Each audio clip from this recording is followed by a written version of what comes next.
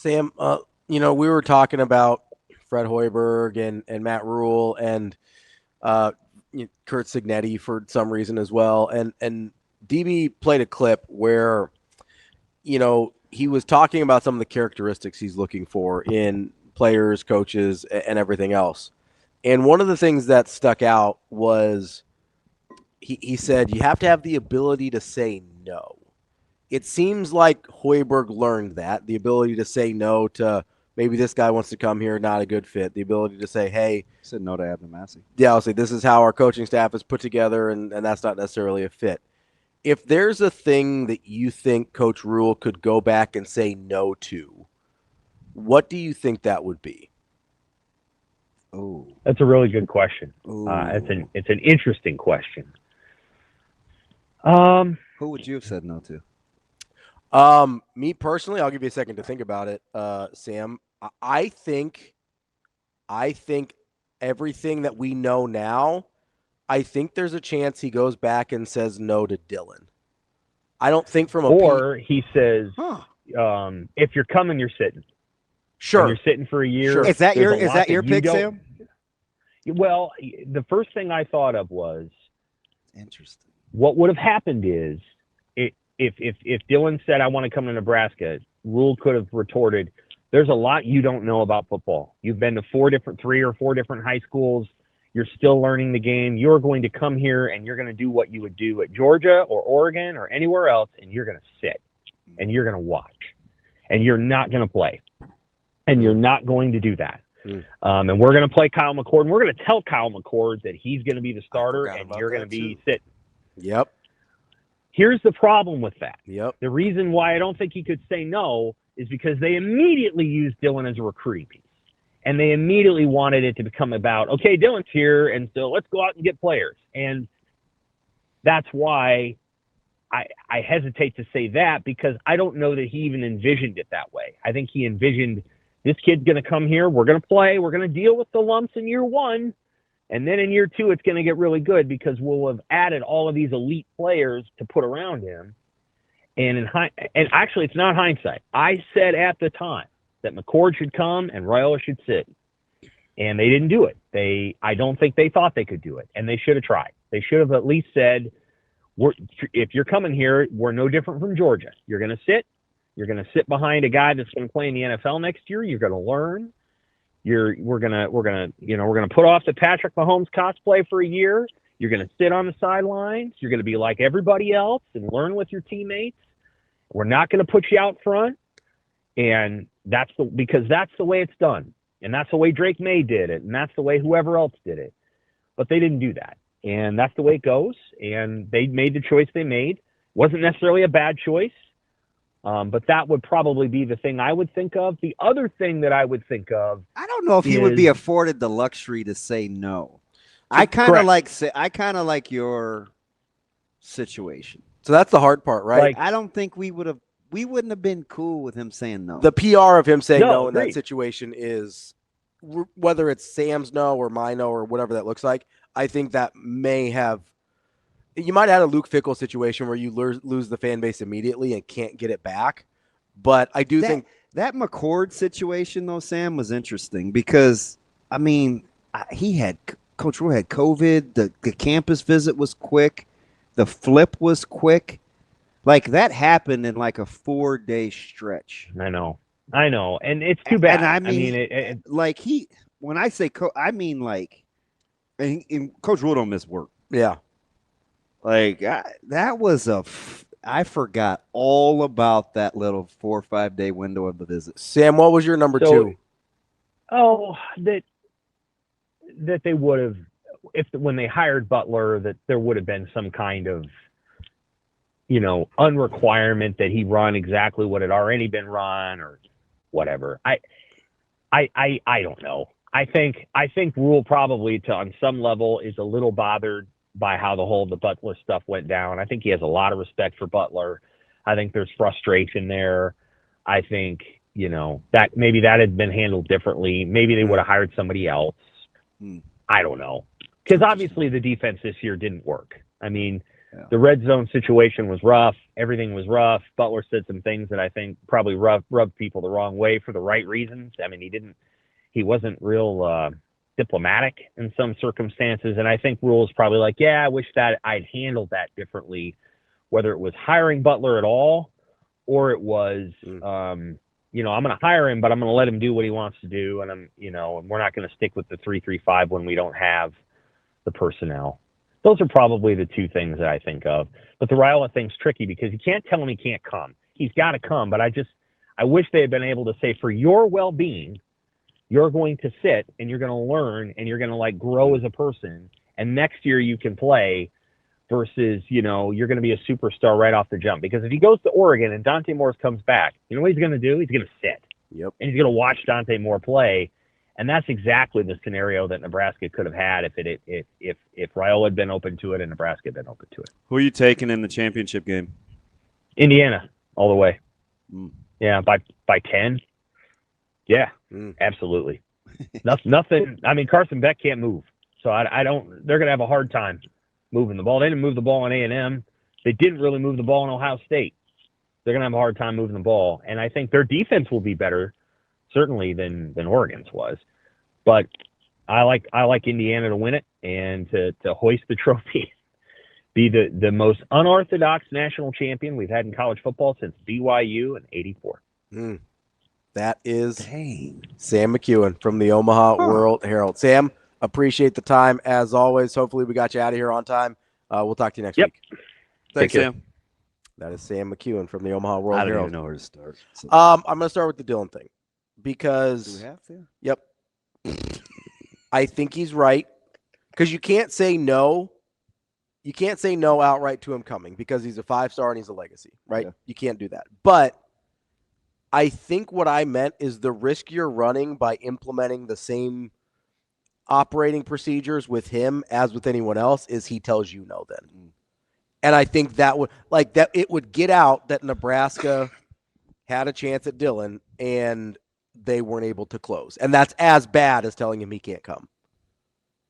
It's so much easier, whatever it is, if you're following along the lines of Signetti-isms, the no is a lot easier when you're pitting it against such firm non-negotiables. Yep.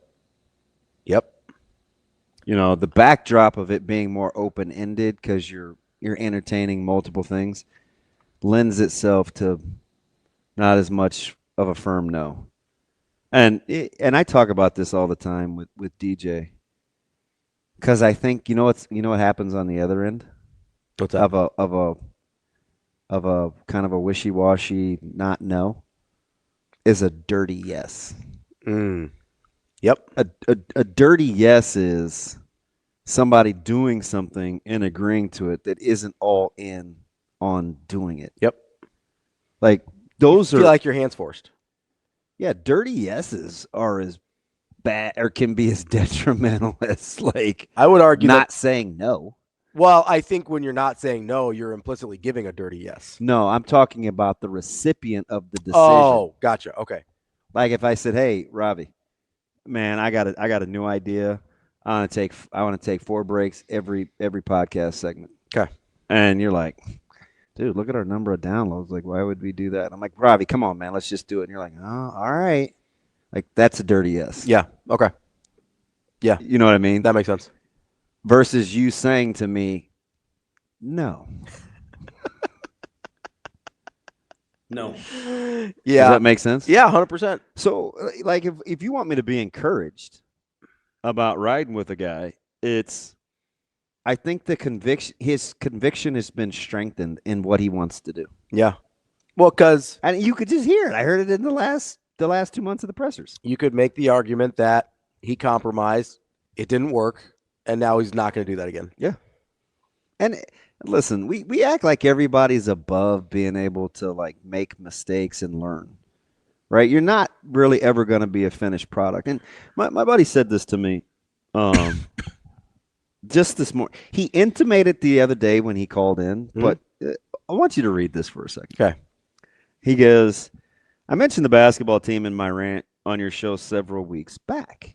people don't know this, but pretty sure Hoiberg still has a losing record overall at Nebraska. He does. The only reason I know, because even when people mention his mile mark Yeah. of 100 wins, they remind you of the total number of games, which I've never seen before in acknowledging a milestone. Mhm. But anyway, he said, find a coach that works hard, cares, and is not scared to self-correct. Combine that with an athletic director and a fan base, and it will eventually happen. And even if it doesn't, it would be your best chance either way to make it happen. I don't know why, but Say that one more time. Say that one more time.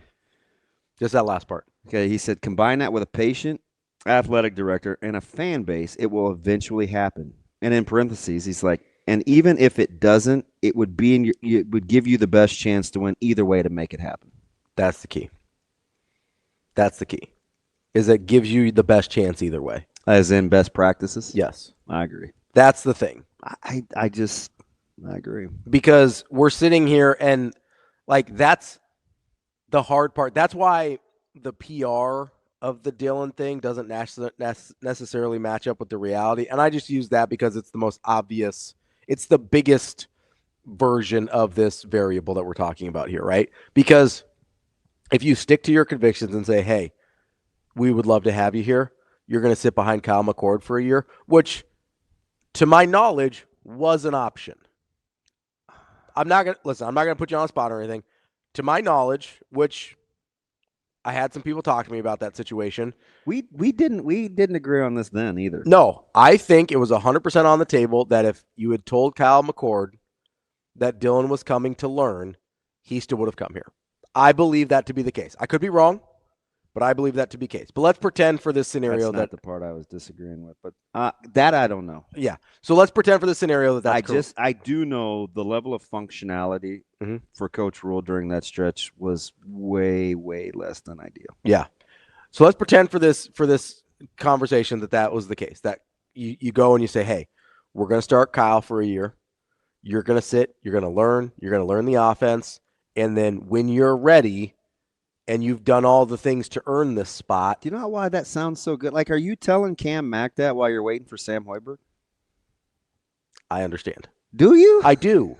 But even if, because Sam Hoiberg looks a lot better at the point now than Cam Mack does. He looks better. But you're not taking that though. He looks better at the point than anyone has. But that is my point here. Cam Mack is a better basketball player than Sam Hoiberg physically, like talent-wise. Cam Mack has more talent, right? Oh, geez. Yeah, what are you doing over here? That's not a hot take, right? Cam Mack is more talented than Sam Hoiberg. Yeah, that is not a hot take. Okay, so, but that is the point here. The point is you have to be able to say no to the more talented guy if the more talented guy doesn't line up with your non-negotiables. So what is it? It's 7-25, 7-20. 2 straight 7-22s. And 10 and 2 straight 7-22s. 10 and 6, 24? and then a 16-16. 10 and 22? 10 and 22. Yeah. They didn't clear 500 until year 5. And it was 16 and 16. Yeah. No, that was year 4. So they didn't clear 500. They didn't get better. They didn't get a winning record until year 5. Yeah. 23 and 11. So we're sitting here, but that's my point. The Cam Mack Sam Hoiberg is a perfect example. You have the more talented guy versus the guy that does things the way you know needs to be done. Do you want to look at one of your own teams in that same vein? Absolutely. Because that's what Coach – and that guy's had a ton of success. That's what Coach Mack found himself in this year. Yeah. And guess when they started winning? When he said no. See ya. We're not doing this anymore. You do things the right way. And that's a guy that has won a ton. Or you're just not going to play. And even at this stage in his career. It still happened to him. Yeah. It's still got – I understand. It's still got – but so that's when I understand. When I talk about Dylan, that's what I mean, is because you have to be able to say – and that's why I said the important part is it gives you the best chance either way. So because even if Dylan says no, even if he says, yeah, I'm not doing that, I'm not coming, I'm not sitting, whatever, it still gives you the best chance to be who you want to be ultimately, even if in the short term you take a little hit. We don't understand, generally speaking, and I'm including myself. This is not just the royal we, this is the we as well. We generally do not understand as fans that it is more damaging to compromise for a guy that we like or think is super talented or whatever than it is to not have that guy.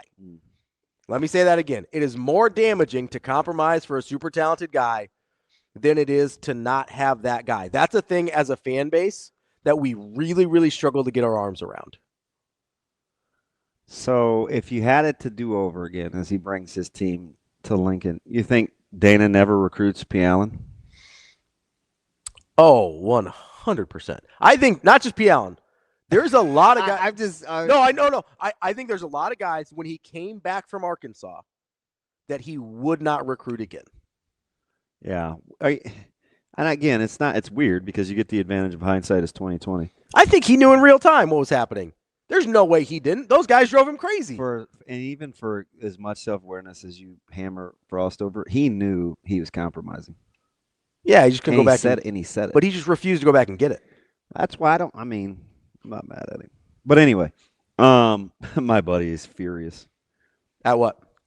Oh, because I retweeted something. He can't stand one of the mayor. He gets mad at Schaefer. Okay. And I retweeted something that Joel tweeted. Yeah. He's going back and forth. The guy's no block, no rock, and Adam Rittenberg's deal. And Joel simply said, they were talking about the DC hire. Mm-hmm. People are going back and forth over the credentials. Oh, yeah, on Orich. Yeah, and Joel simply said they hired the guy the DC wanted, which is a good thing. Mm-hmm. And I liked and favored it because that's 100% That's accurate. what happened, yeah. I'm trying to tell him, I'm like I can eat the meat and spit out the bones. I can rock with Joel. We can go have lunch or whomever. Mm-hmm. I don't always agree with how the tactics, but when something's good, it's good. Like I can separate the two. Yeah. You know what I mean? I'm not good at that. No, I know. Like I'm just sometimes I shouldn't be either. Yeah, there's times where I think it's to your detriment, but you're much better at that than me, and you get quality out of people I don't because I'm not willing to. Man, I think at the end of the day, like if I need a ride at Costco, like, and I call him, he's coming to get me. Sure. So I'm not bearing him. Yeah, it's a good point, but I know he drives him crazy because he got at Rhule the other day for the cryptic tweet. Sure. Yeah. And he goes, "We're doing this SHIT again," and I was like, "Dang, you really don't like him, do you?" You know, it's funny the things that we think matter when we're not winning. Like, I can't tell you how many people will text me or tweet at me or whatever and be like, well, do you see Kurt Signetti doing a podcast or do you see this on social media? And it's like, here's the thing. I don't know, and it's probably not in his personality, but like, there's not like a thing. Somebody during the bowl game was like, he needs to turn his hat around. I'm like, oh my God. Like, you think they wouldn't have got their ass kicked by Utah if he turns his hat around? Because I don't think that made a difference. Nah. I don't know, man. I think they were still getting their ass kicked by Utah. I'm just saying. Yeah. You know what I mean? Like, I think there are certain things that, but again, when we don't have the wins or whatever else, we start picking at things that bother us, even if they don't matter. And maybe some things do matter, but I don't think a backwards hat's one of them. No. I'm just going to go out on a limb on that one. But I agree. The hiring of a guy that, like all things being equal, because listen, I'm sitting here and I want Elijah Robinson like everybody else did a month ago or whatever that was, and he goes back to Texas A&M, and I want a big name guy or I want a guy that's got a history of whatever, and I sit there and we get a guy from Miami of Ohio, and I go, But you go, hey, this is a guy that Orich has worked with before. He knows what to expect out of him.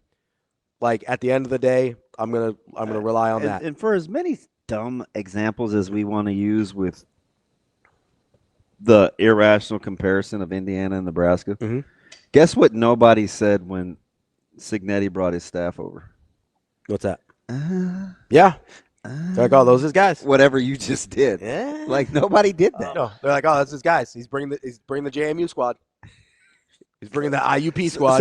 So part of that matters, right? Because you have to have some resolve to not cave to that. I'm bringing the Elon squad, which is why I liked and retweeted it. Plus, man, I'll give in to peer pressure. I'm fine. No, you usually go the other way, and you're just like, well, I'm gonna do the opposite. It's not true. I just agreed with what he said. I just was mad at him the other day. No, I know. Saturday, I just had this long I'm like, really, bro? And today I liked it, so it's fine. Like it's very fluid. Yeah, it's fine. It's physical. It's hard. It's cold.